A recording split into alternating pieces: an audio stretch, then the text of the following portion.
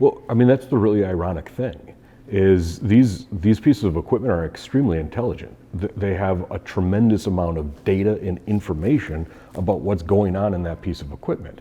That data is accessible, but today it's not used to help drive the process about, okay, how does the business model between the companies work?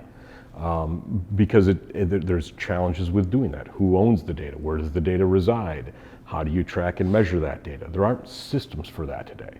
So today people are talking a lot about the industrial Internet of Things, right? Mm-hmm. They're talking about, we want to connect our machines, and they want that because they inherently understand the value of that data. And there's tremendous use cases for it. It's one thing to collect the data, which is kind of where everybody's at today. They're beginning to consolidate, collect the data, bring that data off the machine into cloud-based services. And now what I see in the market is a lot of people saying, okay, now what? How do we turn that into revenue streams? How do we use that as a way to improve the sale of our product and our process? How do we use that to maximize the efficiency of the equipment? And that's really where SteamChain comes in.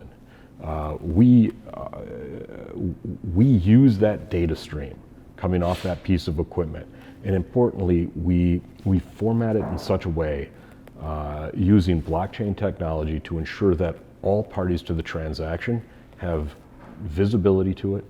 The record is immutable. The record is available to those parties over time, with or without SteamChain's involvement. And we create modules, we call them modules, business model templates, that allow that data to be used to create things like automated service agreements, feature management utilities, performance-based warranties, and ultimately usage-based financing options, all of which we kind of put in this container we call machine.